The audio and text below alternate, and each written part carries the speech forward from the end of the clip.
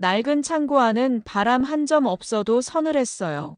희미하게 깜빡이는 전등 불빛이 삐걱대며 철제 기둥에 긴 그림자를 만들었어요. 강승우는 그 한가운데 서 있었어요. 손에는 황기찬이 놓쳐버린 칼이 쥐어져 있었고 그의 숨소리는 마치 목구멍이 갈라진 짐승처럼 거칠었어요. 내가 내 손으로 끝낼 거였어요. 이 더러운 인간의 목숨을. 승우는 낮게 떨며 그렇게 중얼거렸어요. 눈동자는 피로 물든 듯 붉게 빛났어요. 발밑에 쓰러진 황기찬은 아직 희미하게 몸을 움직였어요. 아까 목덜미에 박힌 마취가 완전히 돌기 전에 그는 분명히 마지막 발악을 할 거였어요. 정호성은 그 바로 옆에서 승우를 지켜보고 있었어요. 그 눈엔 분노와 안쓰러움, 그리고 어떤 슬픔까지도 스며 있었어요. 하지만 승우는 더는 아무 소리도 듣지 못했어요. 그의 귀에는 어머니 장례식 날 울부짖던 자신의 목소리만 되살아나고 있었어요. 어머니, 저 이제야 복수해드리는 거예요. 승우는 그렇게 칼을 번쩍 들었어요. 날카로운 칼끝이 떨리며 황기찬의 가슴 위에서 위태롭게 멈췄어요. 정호성은 숨을 멈춘 듯 그대로 바라보고 있었어요. 작은 땀이 그의 관자놀이를 따라 흘러내렸어요. 자신의 엄마를 죽인 황기찬의 복수심의 결과가 어떤 방향으로 승우를 이끌어갈지 이야기를 시작해보겠습니다. 구독과 좋아요를 눌러주시면 제가 영상을 만드는데 큰 힘이 됩니다. LY그룹 대회의실은 숨조차 크게 쉴 수 없을 만큼 무겁게 가라앉았어요. 강세리와 강재인의 디자인 시안이 길게 늘어선 테이블 위에 나란히 놓여 있었어요. 이사회 임원들은 앞에 놓인 파일만 바라보며 서로 눈치를 살폈어요. 강재인은 책상 아래로 손을 내려가 꼭 모았어요. 손끝에 힘을 주며 긴장한 채 앉아 있었어요. 그녀의 눈빛엔 간절함과 두려움이 동시에 스쳤어요. 혹여 이번에도 모든 걸 잃게 될까 가슴이 조마조마했어요. 그때 기획이사가 의자를 당겨 몸을 앞으로 기울였어요. 조용히 숨을 들이켰던 강세리는 속으로 미소를 지었어요. 아무도 몰랐지만 그 웃음은 오래전부터 준비한 잔인한 자신감이 숨어 있었어요. 순간 형광등 불빛이 깜빡이며 사람들의 얼굴을 스쳐갔어요. 이번 경합은 블라인드 방식으로 진행되었어요. 누구의 작품인지 밝히지 않고 오직 결과만으로 평가하는 방식이었어요. 임원들은 표정 없이 보드에 걸린 도면을 바라봤어요. 강세리는 팔짱을 끼고 의자에 등을 기댔어요. 얼굴엔 여유가 묻어났지만 속으로는 심장이 빠르게 뛰고 있었어요. 강재인은 몰래 손가락을 주무르며 불안함을 감추려 애썼어요. 이 모든 상황이 꿈속을 걷는 듯 낯설고 아득했어요. 결국 누가 이 회사를 떠나야 할지 곧 드러나겠죠. 강세리는 마음속으로 그렇게 중얼이며 스스로를 다잡았어요. 눈가엔 묘하게 번뜩이는 긴장감이 남아 있었어요. 어느새 누군가는 흐르는 땀을 닦았어요. 투표는 생각보다 길어졌어요. 첫 표가 강세리에게 돌아갔을 땐 강재인의 눈가가 미세하게 떨렸어요. 이어 강재인에게 표를 던진 임원이 나왔고 이내 표는 팽팽하게 맞섰어요. 결국 마지막 표 하나만 남겨두었을 때 공기조차 멈춘 듯 정적이 흘렀어요. 사람들의 눈길은 저절로 강미란 상무에게 향했어요. 강미란은 무표정하게 고개를 들어 사람들을 바라봤어요. 묘하게 떨리는 손끝이 테이블 위를 스쳤어요. 강재인은 애써 숨을 죽이며 눈동자를 굳게 감았어요.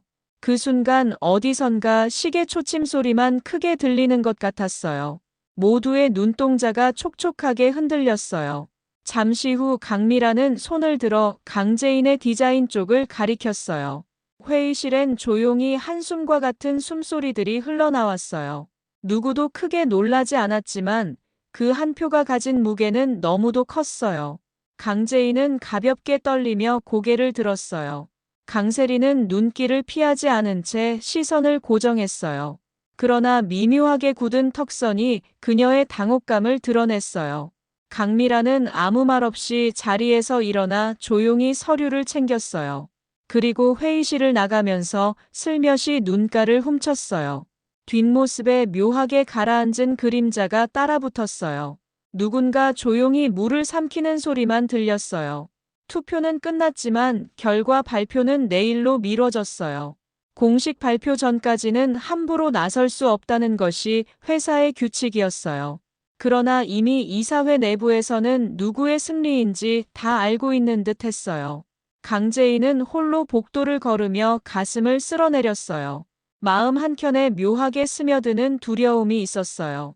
이게 끝이 아니겠죠. 그녀는 낮게 혼잣말을 했어요. 강세리는 뒤에서 그런 강재인을 바라보다가 고개를 돌렸어요. 눈동자가 잠시 어두워졌다가 다시 아무렇지 않은 듯 빛을 잃었어요. 복도에 흐르는 형광등 불빛이 두 사람의 그림자를 길게 늘어뜨렸어요. 그 그림자엔 날이 서 있었어요. 강미라는 곧장 황기찬의 사무실 문을 열었어요.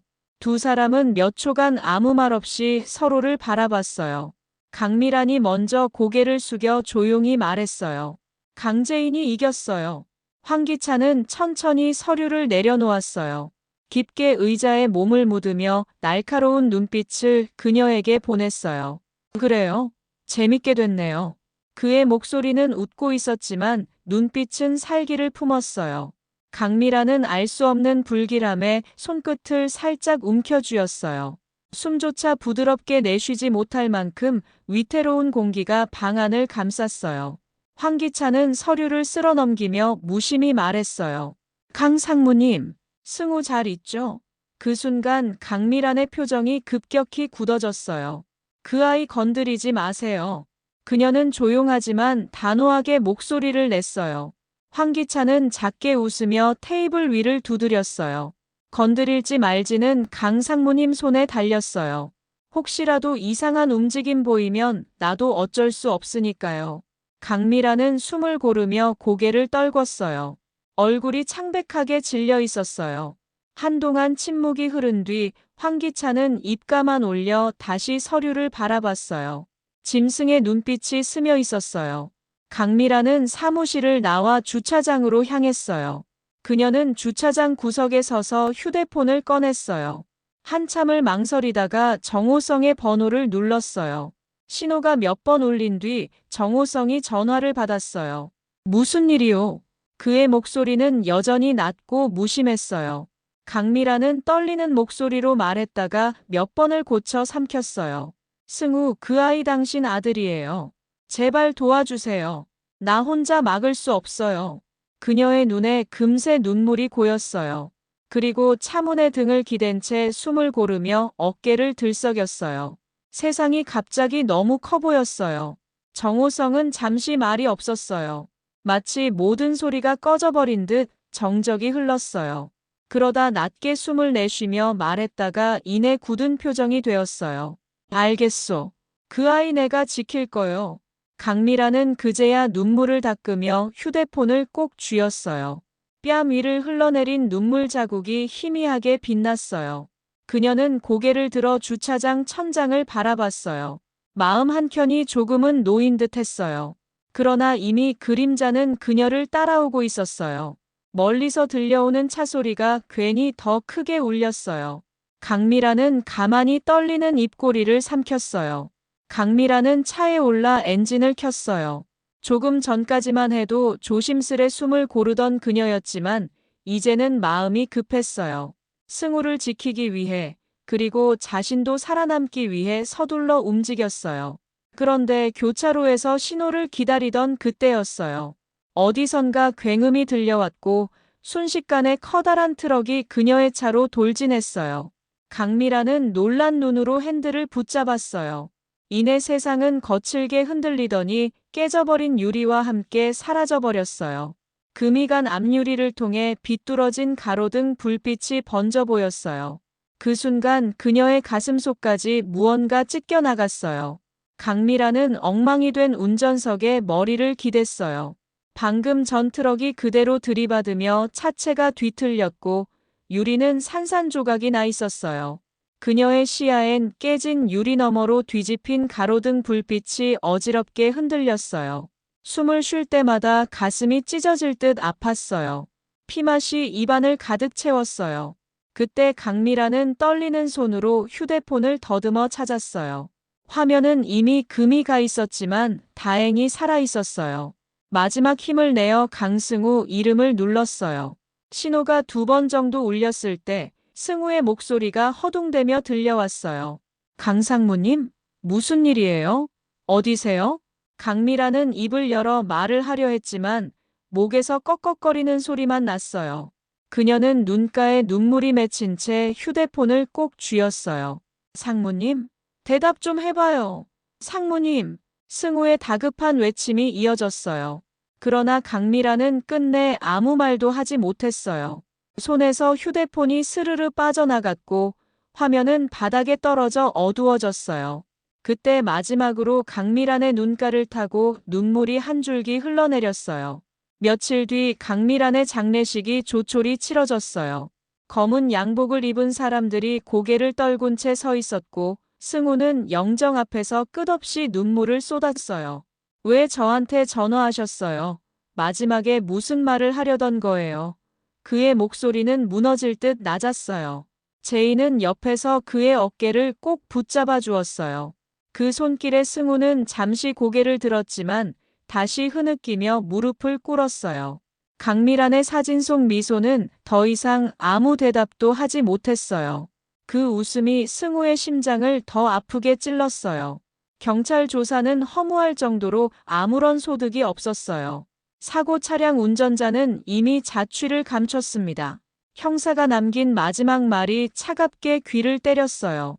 승우는 복도에서 2 손을 말아 쥔 채 이를 악물었어요. 정호성은 그 곁에 서서 묵묵히 지켜보고 있었어요. 다시 땅바닥을 기게 만들 거요. 반드시 끌어내리겠소.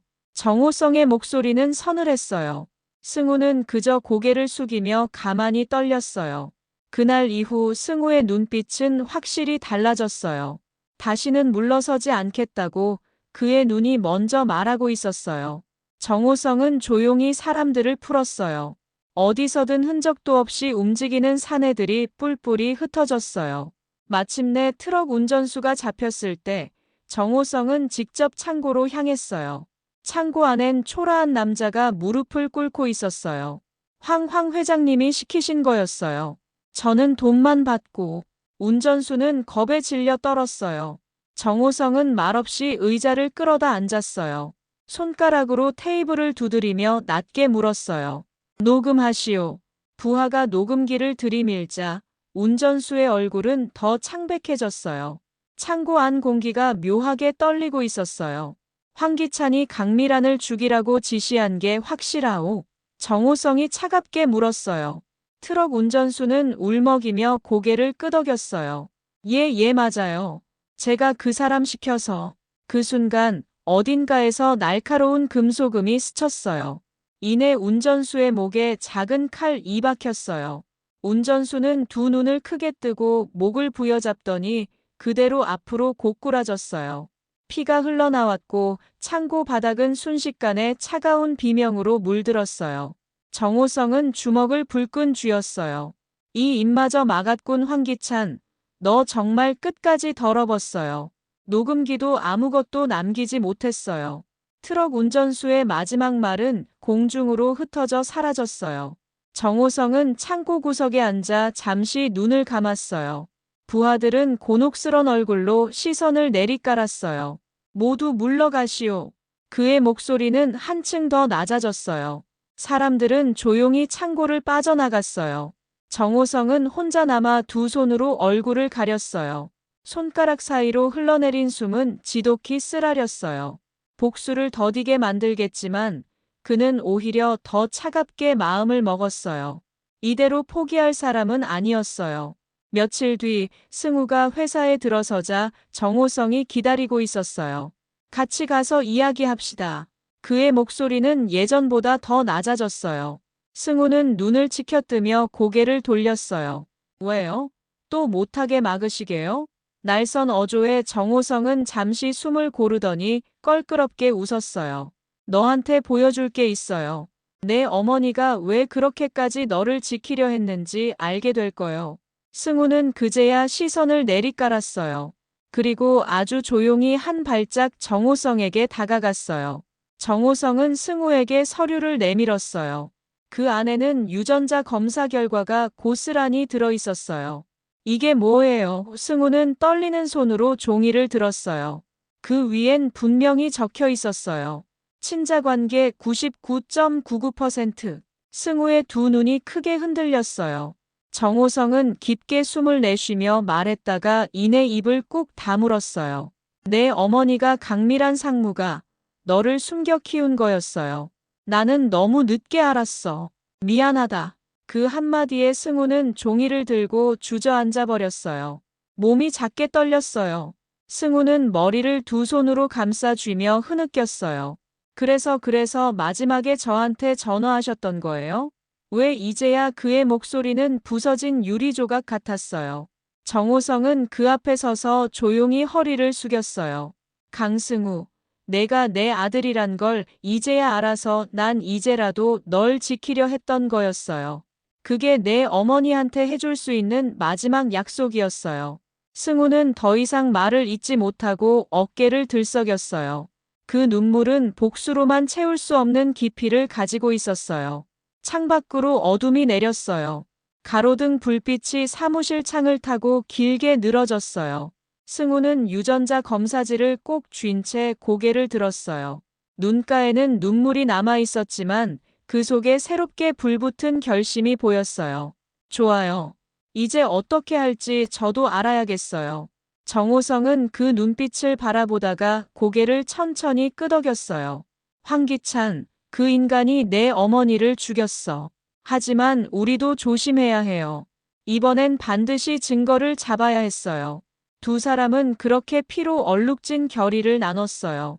그 밤은 더 이상 조용하지 않았어요. 강승우는 방 안에 불도 켜지 않은 채 앉아 있었어요. 창문 밖 가로등 불빛이 희미하게 스며들어 그의 옆얼굴을 어둡게 비췄어요.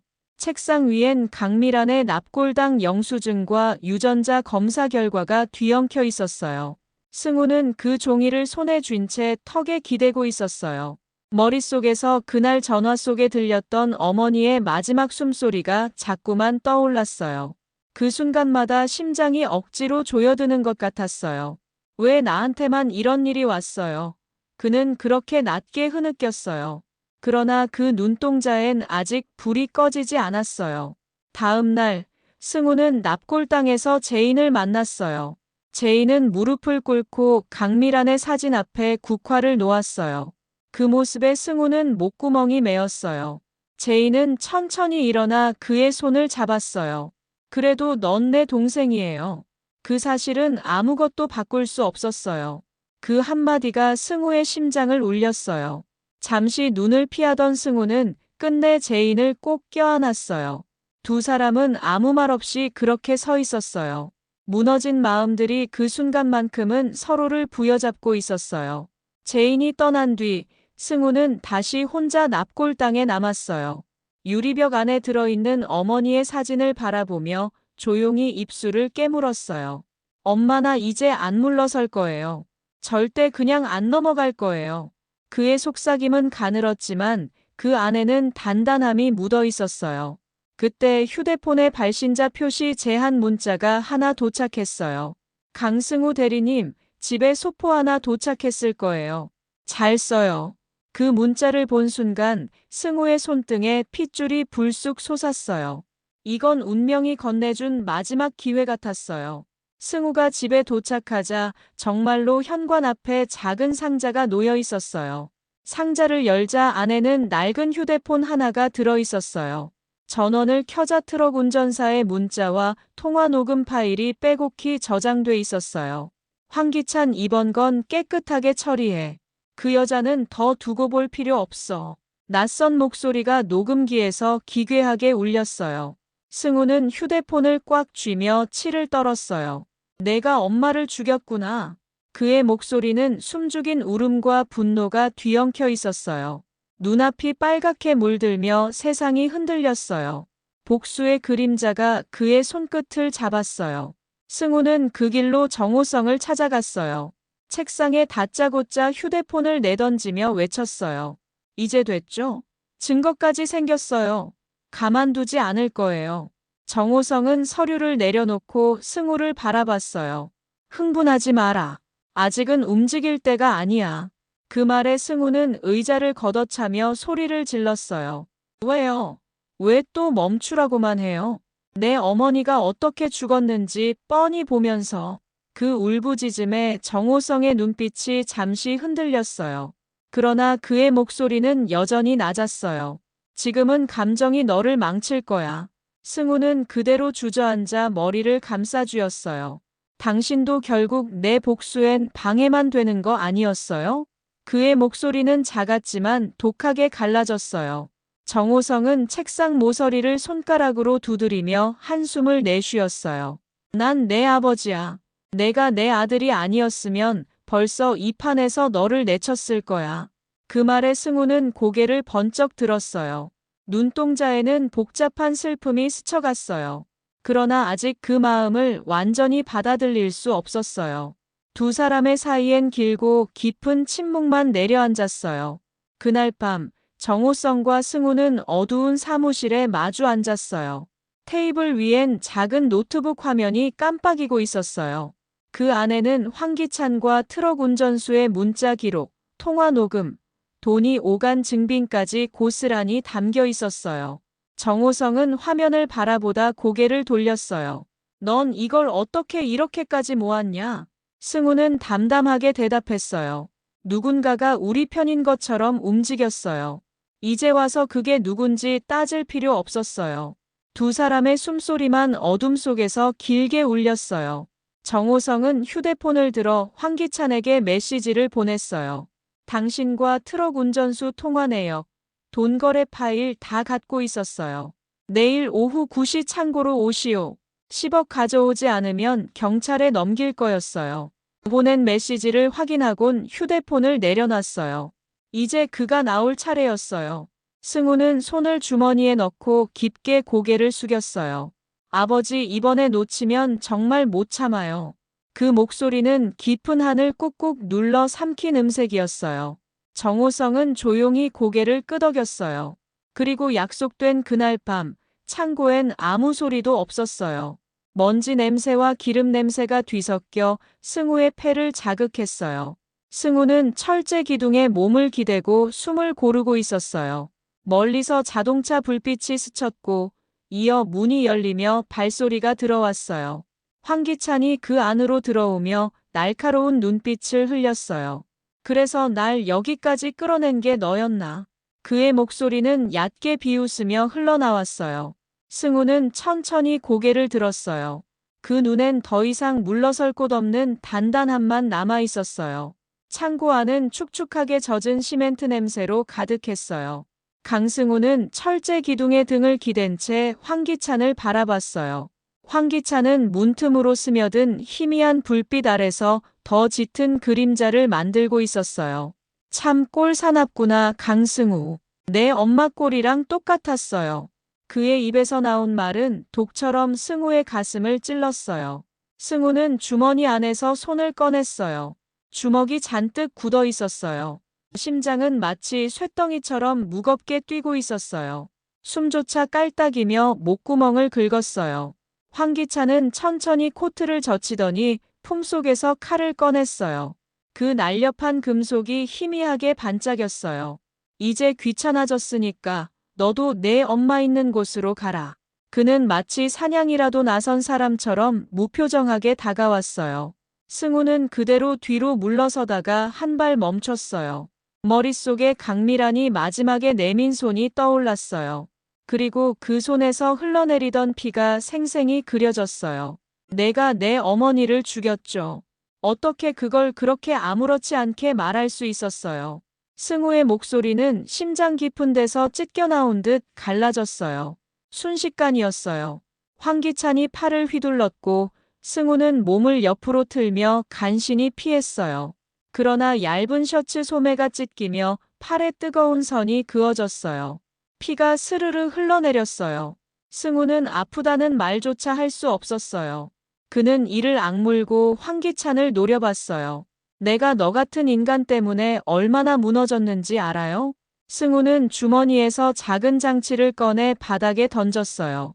그 순간 창고 한쪽에서 정호성이 사람들을 이끌고 들어왔어요. 황기찬은 놀란 눈으로 고개를 돌렸어요. 정호성은 말도 없이 다가와 황기찬의 목덜미에 주사기를 박았어요. 이 자식이. 황기찬은 눈을 크게 뜨더니 몸을 부르르 떨었어요. 칼이 그의 손에서 툭 떨어져 바닥을 굴렀어요. 이내 무릎이 꺾이며 쓰러졌어요. 정호성은 숨을 거칠게 내쉬며 주사기를 꺼내던 손을 털었어요. 그 손가락 끝이 작게 떨리고 있었어요. 이제 끝났어, 승우. 그 목소리는 낮고 지쳐 있었어요. 그러나 그 순간 승우는 떨어진 칼을 바라보다가 천천히 몸을 숙였어요. 그 눈빛엔 아직 복수가 꺼지지 않고 있었. 승우는 바닥에서 칼을 주워들었어요. 손에 묻은 피가 칼자루에 스며들었어요. 그는 마치 무언가에 홀린 사람처럼 쓰러진 황기찬 위로 다가갔어요. 이 쓰레기 같은 인간, 내가 내 어머니를 죽였어요. 내가 다 망쳤어요. 승우의 목소리는 울면서도 분노로 갈라져 있었어요. 칼끝이 황기찬의 가슴팍 위에서 떨렸어요. 정호성은 그 모습을 보고 천천히 다가갔어요. 멈춰. 승우, 내가 이러면 내 엄마가 바라던 거랑 너무 달라졌어요. 그러나 승우는 들은 척도 하지 않고 칼을 꽉 움켜쥐었어요. 칼은 이제 막 내려꽂힐 기세였어요. 승우의 팔 근육이 팽팽히 당겨졌어요. 그 순간 정호성이 달려와 그 칼을 손으로 막았어요. 날카로운 칼끝이 정호성의 손바닥을 찢었어요. 피가 후두둑 바닥에 떨어졌어요. 정호성은 신음 한 번 하지 않고 그 손으로 칼을 붙잡았어요. 이런 놈이랑 같아지지 말아요. 승우, 너까지 괴물 될 순 없었어요. 정호성의 눈은 붉게 충혈되어 있었어요. 승우는 그대로 멈춘 채 숨을 헐떡였어요. 팔이 부르르 떨리며 더 이상 힘을 주지 못했어요. 칼이 바닥으로 떨어지며 찰싹 소리를 냈어요. 승우는 그대로 무릎을 꿇었어요. 양손이 바닥을 짚으며 몸이 기울었어요. 왜 저만 이렇게 무너져야 했어요? 그는 얼굴을 두 손으로 가리며 울었어요. 어깨가 크게 들썩였어요. 정호성은 피가 묻은 손을 옷에 문질러 닦으며 승우 곁에 다가와 조용히 무릎을 꿇었어요. 내가 무너지면 너희 어머니의 모든 게 헛되었어요. 낮고 차분한 목소리가 승우의 귓가를 맴돌았어요. 그 말이 승우의 숨을 더욱 크게 흔들었어요. 그때 창고 문이 크게 열리며 경찰들이 들이닥쳤어요. 총을 든 형사들이 순식간에 황기찬에게 몰려갔어요. 황기찬 씨, 살인교사 혐의로 체포하겠습니다. 수갑이 채워지고 황기찬은 풀린 몸으로 힘없이 끌려갔어요. 그가 마지막으로 보낸 눈빛엔 분노와 공포가 얽혀 있었어요. 승우는 그 모습을 멍하니 바라봤어요. 그러다 고개를 떨궜어요. 차갑게 불어온 바람이 두 사람의 머리카락을 가볍게 스쳐갔어요. 그렇게 황기찬은 그의 죗값을 향해 끌려가고 있었어요. 조용해진 창고엔 이제 승우와 정호성, 그리고 늦게 달려온 강재인만 남았어요. 제인은 그대로 무릎을 꿇고 승우를 꼭 안았어요. 괜찮아, 다 끝났어. 이제 울어도 돼. 그 말에 승우는 마치 억눌렀던 것들이 터진 사람처럼 다시 흐느꼈어요. 정호성은 그 모습을 조용히 바라보다 피 묻은 손을 살짝 주머니에 넣었어요. 그의 눈가에도 묘하게 빛나는 물기가 잠시 스쳤어요. 그들은 그렇게 어두운 창고 한가운데서 서로의 부서진 마음을 조금씩 붙잡고 있었어요. 밖으로 나오자 하늘엔 이미 별이 떠 있었어요. 승우는 한동안 가만히 서서 별들을 바라봤어요. 정호성은 그의 어깨를 조용히 두드렸어요. 이제 내 어머니도 편히 눈 감으셨을 거요. 그 말에 승우는 고개를 숙였어요. 마음이 허탈하게 공허했어요. 복수는 끝났는데 남은 건 텅 빈 것뿐이었어요. 그럼에도 그는 어딘가 아주 조금은 가벼워진 숨을 내쉬었어요. 이제 어떻게 살아야 할지 잘 모르겠어요.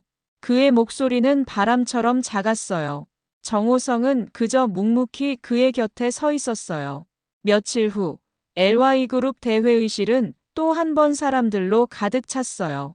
이번엔 긴장 대신 묘한 들뜸이 감돌았어요. 주주총회가 열리는 날이었기 때문이었어요. 각지에서 모인 주주들과 언론들이 대거 몰려들었어요. 강재인은 깔끔한 정장을 입고 연단에 섰어요. 조명을 받은 그녀의 얼굴은 단단히 결심한 사람의 눈빛을 하고 있었어요. 오늘부로 저는 DH홀딩스의 새로운 회장으로서. 그녀가 말을 이어가자 사람들은 박수를 쳤어요. 제인은 눈을 지그시 감았다 떴어요. 오랫동안 기다려온 순간이 마침내 찾아왔어요. 주주총회가 끝난 뒤 제인은 잠시 혼자 회의실에 남았어요. 문득 긴장이 풀린 듯 벽에 기대 숨을 고르며 작은 웃음을 지었어요. 그 웃음 속엔 수많은 날들을 지나온 피로와 안도, 그리고 약간의 허무함도 섞여 있었어요. 그러다 휴대폰에 저장된 강승우의 이름을 바라봤어요. 너도 여기 있었으면 좋았을 텐데. 작게 혼잣말을 했어요. 제인은 다시 마음을 다잡고 연단에서 내려왔어요. 그 뒷모습에 이제 더 이상 흔들림이 없었어요. 승우는 공항 근처 작은 호텔 창문을 열어놓고 밖을 바라보고 있었어요. 바람이 불어와 그의 머리카락을 가볍게 흔들었어요. 멀리 이륙하는 비행기의 소리가 들렸어요. 그는 작은 여행 가방 하나만 끌고 왔어요. 조금만 쉬다 오면 되는 거였어요. 스스로에게 그렇게 말했지만 눈동자는 쓸쓸하게 흔들렸어요. 복수로 가득했던 마음을 다 비운 뒤엔 남은 게 너무 적었어요. 허탈감이 파도처럼 밀려왔다 사라지곤 했어요. 그는 그렇게 창틀에 팔을 걸친 채 가만히 숨을 내쉬었어요. 그때 휴대폰이 진동했어요. 화면엔 정호성의 이름이 떴어요. 승우는 잠시 망설이다 전화를 받았어요. 승우야, 출국 준비 다 했나? 정호성의 낮고 무거운 목소리가 들려왔어요. 승우는 작은 숨을 삼키며 대답했어요. 네, 오늘 밤 비행기예요. 정호성은 한참 말이 없었어요. 그러다 작게 웃었어요.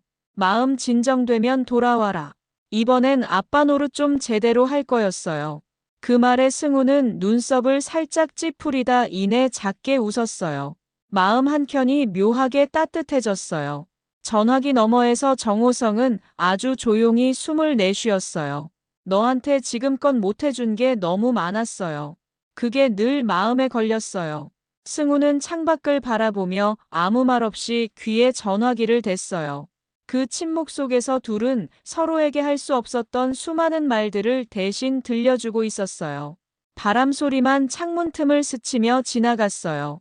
그러다 승우는 작게 중얼거렸어요. 저도 미안했어요. 어머니가 돌아가실 때까지 이런 것도 모르고 있었어요. 정호성은 허스키한 목소리로 낮게 웃었어요. 그래도 이제 알았으니 됐어요. 우리는 앞으로 같이 살아보면 되는 거였어요. 그 말에 승우는 고개를 떨궜어요. 눈가가 금세 붉어졌어요. 아버지, 저는 아직 많이 부족했어요. 그래서 좀 더 멀리서 생각하고 올게요. 정호성은 천천히 고개를 끄덕였어요. 괜찮아요. 기다릴 테니 내가 준비되면 돌아오라. 그리고 그땐 나도 서투르지 않게 잘해볼 거였어요. 전화기 너머에서 묘하게 따뜻한 기운이 전해졌어요. 전화가 끊긴 뒤 승우는 한참 동안 휴대폰을 바라보고 있었어요. 그러다 입가에 살짝 미소를 지었어요. 아버지 고마웠어요. 그는 작게 중얼거리며 가방 손잡이를 움켜쥐었어요. 호텔 복도를 걸어나갈 때마다 바닥이 묘하게 울리는 듯 했어요. 공항 가는 택시 안에서 그는 눈을 감고 잠시 기대 있었어요. 한동안 잔잔히 숨만 내쉬었어요. 복잡했던 머릿속이 이상하게도 조금은 가벼워진 것 같았어요. 비행기 창가 자리에 앉은 승우는 안전벨트를 매고 창밖을 바라봤어요. 활주로가 뒤로 멀어지며 흔들렸어요. 이내 기체가 들리더니 도시의 불빛들이 점점 작아졌어요. 그 불빛 사이 어딘가에 어머니가 남긴 모든 기억도 있을 것 같았어요. 그는 천천히 두 손을 깍지 껴 무릎 위에 올렸어요. 그리고 다시 마음속으로 다짐했어요. 이제 다시는 누구도 내 어머니처럼 잃지 않을 거였어요. 정호성은 사무실에 앉아 창밖을 바라보고 있었어요. 고요히 내린 해가 유리창에 붉은 빛을 남기고 있었어요. 그의 책상 위엔 아직도 강미란의 사진이 놓여 있었어요. 정호성은 사진을 가만히 바라보다 작게 웃었어요.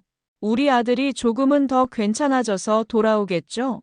그의 목소리는 낮았지만 그 안에는 묘하게 설레는 온기가 스며 있었어요. 바람에 살짝 흔들린 커튼이 부드럽게 책상을 스쳤어요.